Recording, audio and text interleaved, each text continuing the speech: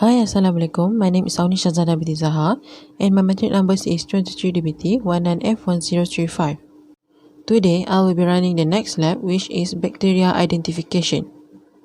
Bacteria are identified routinely by morphological and biochemical tests, supplemented as needed by specialized tests such as stereotyping and antibiotic inhibition patterns. Newer molecular techniques permit species to be identified by their genetic sequences, sometimes directly from the clinical specimen. The purpose of the lab is to familiarize you with the science and technique used to identify different types of bacteria based on their DNA sequence. First, sample preparation. The key to a successful identification is to start with a good sample. Many pathogenic bacteria do not grow well on a solid culture medium, making identification by traditional means difficult. Even poorly growing bacterial cultures, however, can be identified with the method used in this lab. The process of extracting bacterial DNA consists of dissolving the cell wall with a digestive buffer, available as a commercial kit. The buffer contains pyrolytic enzyme that eat the cell wall. This step may take several hours.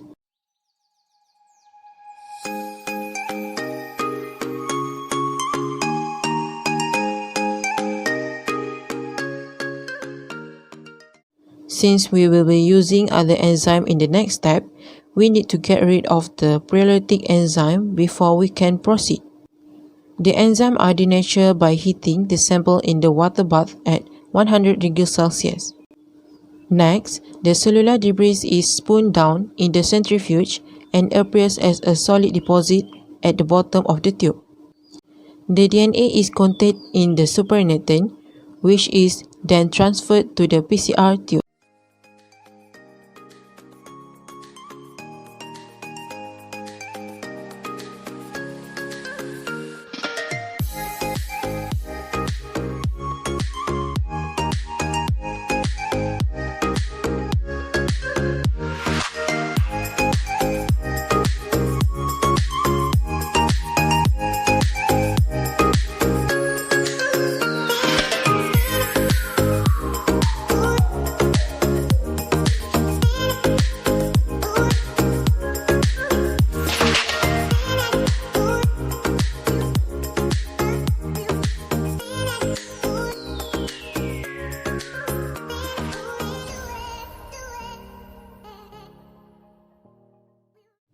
Next, PCR amplification. What is PCR? PCR is a technique that allows many copies of DNA to be made. It is one of the cornerstones of the current revolution in molecular genetics. Before the advent of PCR, making sufficient copies of DNA for sequencing was a tedious process. Now, PCR makes obtaining copies of DNA from a small original sample routine with far-reaching consequence. Step 1. Add master mix. To prepare the polymerase chain reaction PCR, we will add the PCR master mix solution to our sample DNA.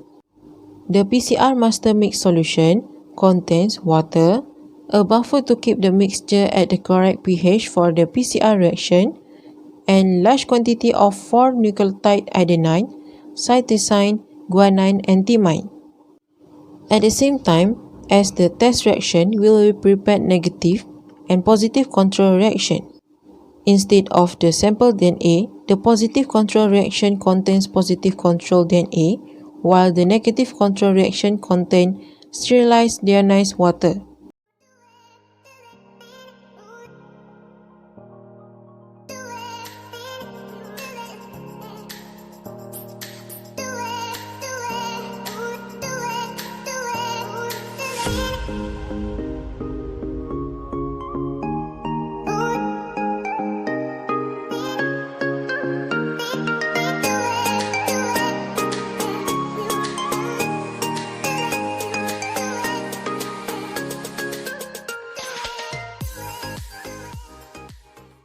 Both reaction contains the PCR master mix solution.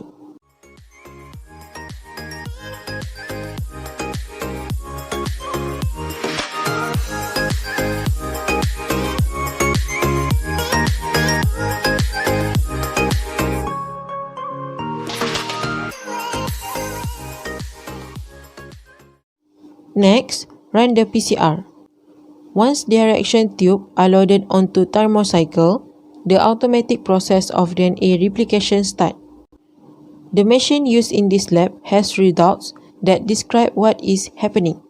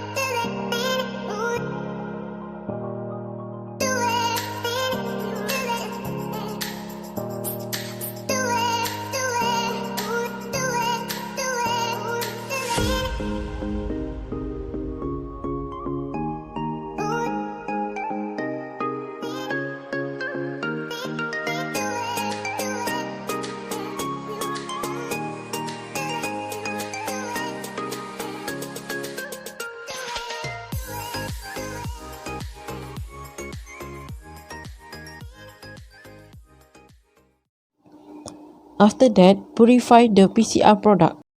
The tube should now contain many copies of DNA, each about 1,500 base pairs long. At this time, it is prudent to run a gel to confirm that the PCR reaction worked. The gel should contain 3 lengths, one for the negative control. We should not have a product unless the water was contaminated.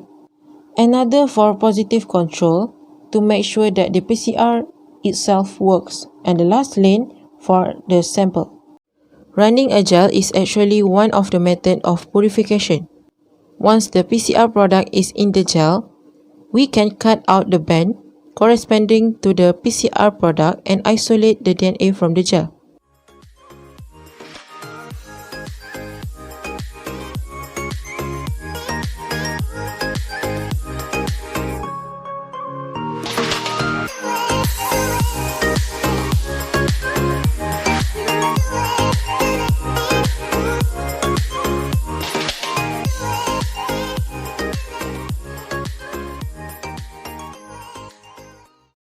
Add the entire PCR content to the column and spin the column at 3000 rpm in a fixed angle centrifuge for 15 minutes. The PCR product should be trapped in the column while the collection tube should contain all the primers, nucleotide, and other small compounds that we no longer need. Remove the collection tube and discard it, and invert the column and attach it to a new collection tube.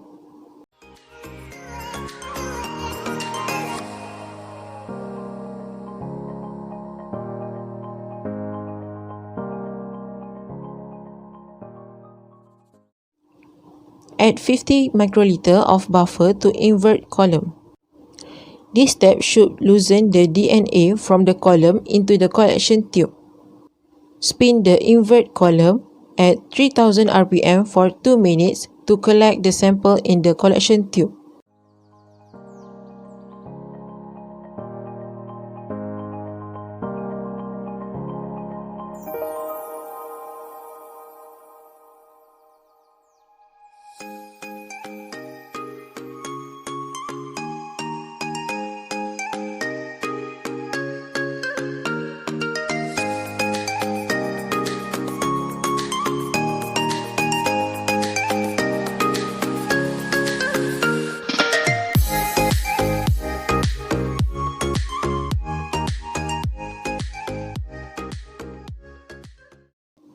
discard the column.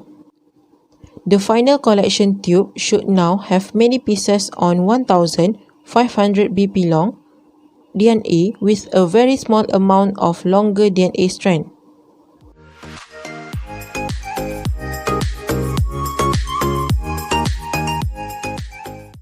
Next, prepare for sequencing.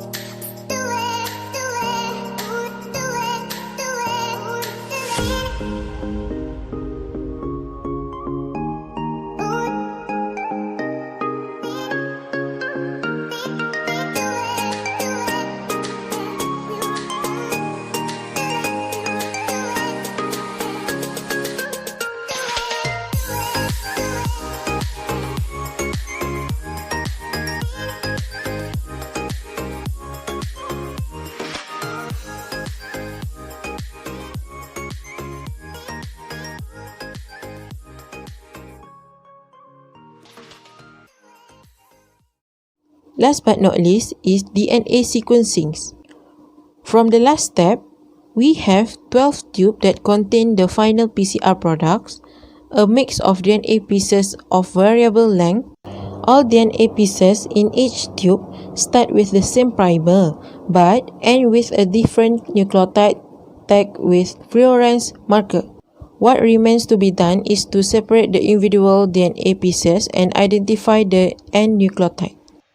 This is done by using an automatic sequencer that performs gel electrophoresis on the DNA in each tube.